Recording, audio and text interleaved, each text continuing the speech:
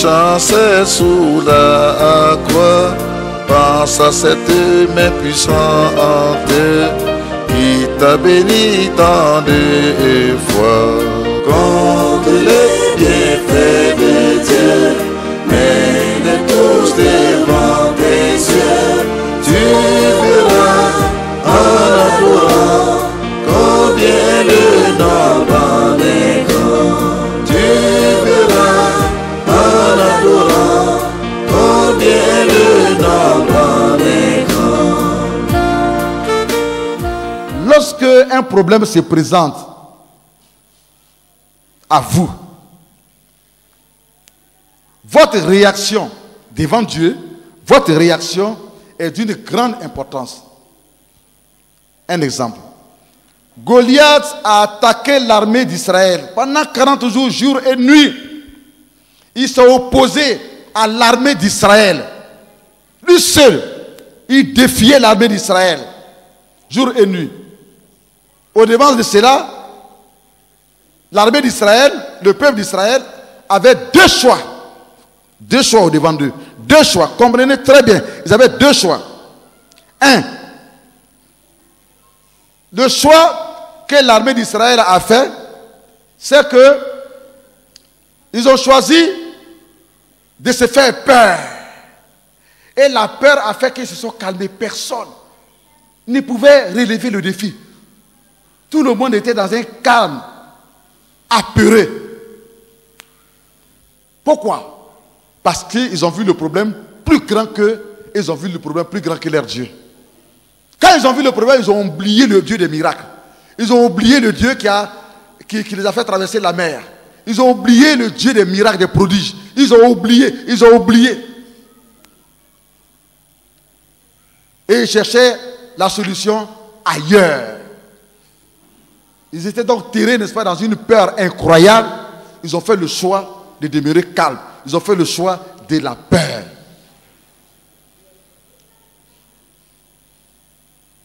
Deux. À côté de cela, il y a un petit, il s'appelle David. Il vient et puis il se rend compte qu'il y a un homme qu'on appelle Goliath qui est en train d'insulter l'armée d'Israël. Il est en train d'insulter le Dieu d'Israël. Il avait aussi un choix. Il avait aussi deux choix devant lui. Deux choix. David a fait le choix de réagir. Quelqu'un dise réagir. Réagir. Réagir. Positivement. Positivement. Il a fait le choix de mener des actions pour trouver la solution, pour relever le défi. Et ça consistait à faire quoi? Il fallait affronter Goliath. Car Goliath cherchait quelqu'un qui pouvait l'affronter. Tu dois pouvoir affronter ta difficulté. Tu ne dois pas fuir ta difficulté. C'est ta difficulté. Ce n'est pas la difficulté du pasteur ou de quelqu'un d'autre. C'est ta difficulté. Le problème, c'est ton problème. Quelqu'un d'autre ne viendra pas le résoudre à ta place. Quelqu'un peut dire Amen. Tu dois te lever et faire le choix que David a fait. Alors, David a regardé l'obstacle. Il a regardé le problème. C'est-à-dire, il a regardé Goliath.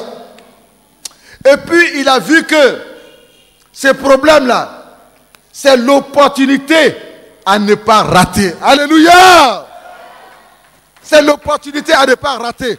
Parce qu'il savait que s'il a vaincu celui de qui tout Israël a eu peur, son nom serait grand.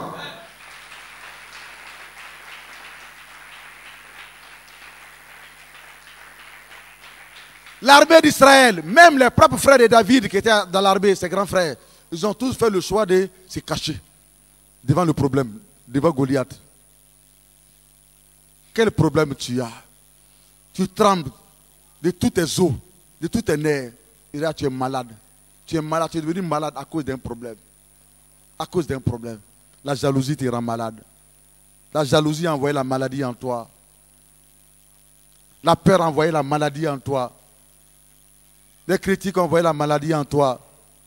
Et parce que tu n'es pas content du progrès de ton ami, et Dieu le bénit, Dieu le bénit, Dieu le bénit, ça te fait mal jusqu'à s'envoyer des maladies en toi. Parce que tu es en face d'une montagne de problèmes. Ça quitte ici, ça ne finit pas, un autre vient. Un autre vient, un autre vient. Ça envoyé la peur, ça a coupé ton cœur. Tes nerfs tremblent, tes os tremblent. Ça a envoyé des maladies en toi.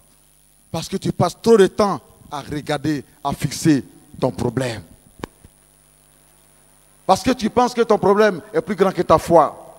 Et parce que tu penses que ton problème, il est plus grand que ton Dieu. Voilà, aujourd'hui, ça détruit ton corps physique. Ça détruit ton sommeil. Ça détruit ta manière de vivre, de travailler, de respirer. Quand un problème vient, il y a deux choix qui se présentent à toi. Ou bien tu choisis de fuir, d'abandonner, de t'énerver, ou bien tu choisis de l'affronter. David a fait le choix d'affronter cet obstacle. Il a fait le choix d'affronter ces défis. Il a fait le choix d'affronter Goliath. Parce qu'il savait que Goliath était un problème, c'est vrai. Pour les hommes, c'était un gros problème. Ça empêchait les enfants d'Israël d'avancer et d'avancer. Mais en même temps aussi, il savait que c'était pour lui l'opportunité de Dieu pour l'élever. L'opportunité de Dieu pour le bénir. L'opportunité de Dieu pour faire connaître son nom. Est-ce qu'on peut acclamer le Seigneur? Alléluia. Et lorsque il a affronté Goliath et que Dieu a permis qu'il batte Goliath, en une seule journée, son nom a été connu dans tout le pays. Son nom a été chanté dans tout le pays. Et il a eu pour femme la fille du roi, la fille du président de la République.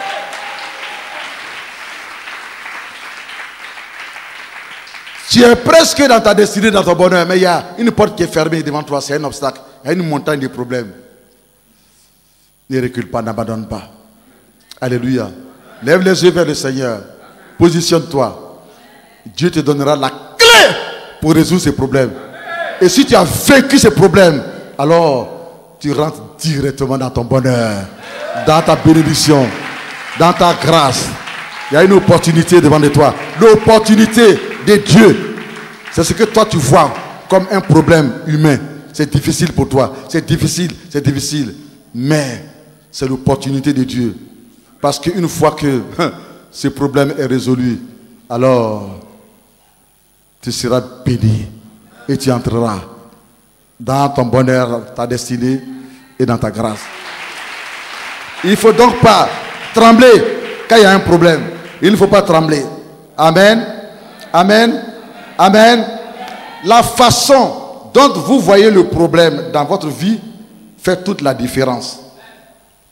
Laissez chaque difficulté vous obliger à atteindre un niveau supérieur en Dieu. Les difficultés, j'ai dit, c'est pas bon, hein? Les problèmes ne sont pas bons. Mais une fois que tu as eu la victoire sur ça, amen, ça te permet d'atteindre un niveau supérieur en Dieu. Alléluia. Ça te permet d'être élevé.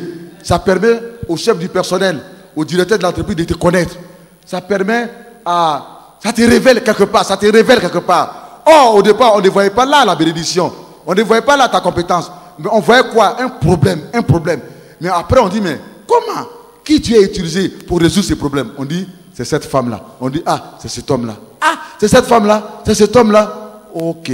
Dans ce cas-là, c'est lui que je mettrai à côté de moi. C'est lui que je vais positionner. C'est lui que je vais choisir. C'est lui que je vais élever. Alléluia. Le problème a permis de vous élever. Le problème a permis de vous faire connaître. Parce que vous avez fait le bon choix en cherchant la solution. Vous ne vous êtes pas plaint. Aucun problème ne vous laissera jamais tel qu'il est arrivé. Comme je l'ai dit, quand il vient là, il a un premier but, c'est de vous rendre pire qu'avant. C'est de vous détruire. Ou le deuxième but, vous pouvez transformer ces problèmes en solution. Deuxième, c'est que ou ça vous rend meilleur. Que le Saint-Esprit, dans sa grâce, permette à ce que vous deveniez meilleur, que le meilleur sorte de vous au travers de ces problèmes. Gardez à l'esprit que toutes les difficultés ont une durée de vie limitée. Tout problème qui vient a une durée de vie limitée.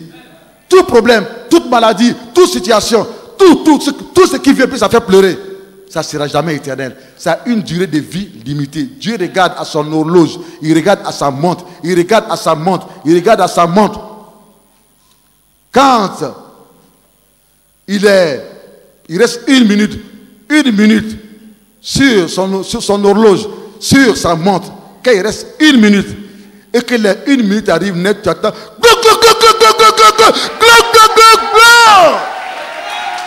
L'horloge de Dieu a sonné. C'est fini. Même si Satan devait te porter main, sa main se bloque. Sa main se bloque. Parce que quoi? C'est le temps maintenant de la vengeance qui arrive. C'est le temps maintenant de la bénédiction qui arrive. C'est le temps maintenant où Dieu prend le combat à main qui arrive. C'est le temps maintenant de la solution. C'est le temps de la victoire maintenant qui arrive. C'est le temps de la bénédiction. Et c'est prophétise que c'est ce temps qui arrive pour toi. Ne crains pas. N'aie pas peur. Dieu contrôle la situation. Le problème a un commencement, mais il a une fin. Il ne durera pas toujours. Il a une durée de vie limitée. Amen. Amen. On se soucie tellement que on n'arrive pas donc à voir la manière dont Dieu travaille. Parce qu'on veut que le passé revienne. On veut que les anciennes choses, le vieux temps, le vieux beau temps revienne. Et le vieux beau temps dit non, c'est fini. Moi, je ne reviens plus. C'est passé et c'est passé. La Bible dit en Ésaïe 43, versets 18 à 19. Ne regardez plus aux choses passées, aux choses anciennes. Et ne considérez plus les événements passés. Quel événement il y a eu dans ta vie, dans le passé? Ce sont des mauvaises choses, remplies de douleurs, de pleurs, de souffrances. Dieu te dit, ne regarde plus à cela. Ce passé douloureux, ces événements aussi difficiles que tu as vécu avec des amis, avec des collègues de travail, et ainsi de suite, et ainsi de suite, pour lesquels tu as pleuré, tu as souffert. Ne regarde plus à cela, mais regarde à Dieu. Il dit, dans le désert, il ouvrira un fleuve. Dans le désert, il ouvrira un fleuve. Et ton désert sera transformé en un jardin fruitier, un jardin de bénédiction, un jardin de bonheur. Dieu fait de nouvelles choses. Dieu fait de nouvelles choses. Que cette année soit une année de nouvelles choses dans ta vie. Une année de nouvelles choses.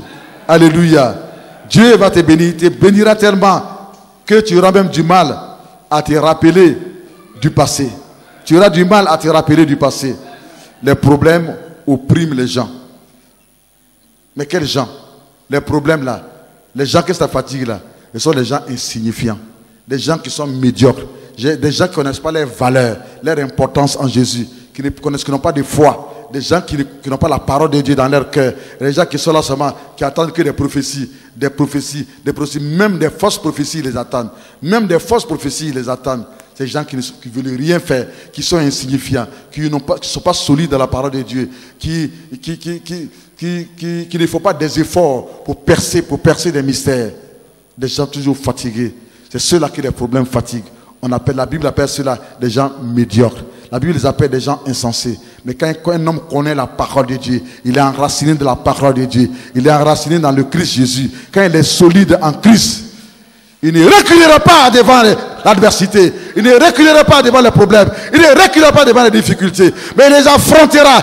Et celui qui est derrière les difficultés, il reculera. Et l'homme qui envoie sa difficulté, la boue retournera contre lui. Et lui, il avancera vers le bonheur et la prospérité.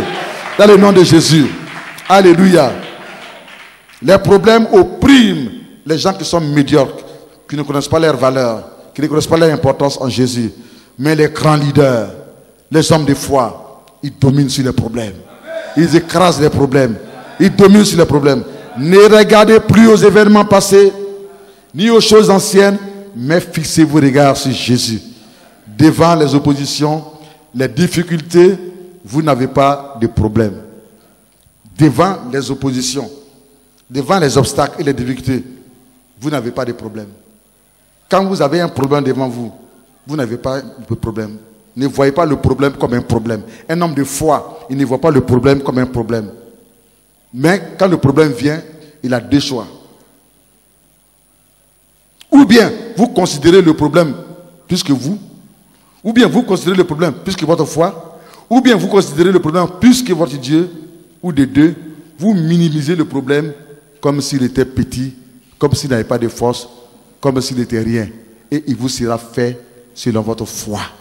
Que le Seigneur vous bénisse, qu'il bénisse sa parole, qu'il vous rende fort au devant des problèmes, au devant de l'adversité, au devant des obstacles, au nom de Jésus. Amen.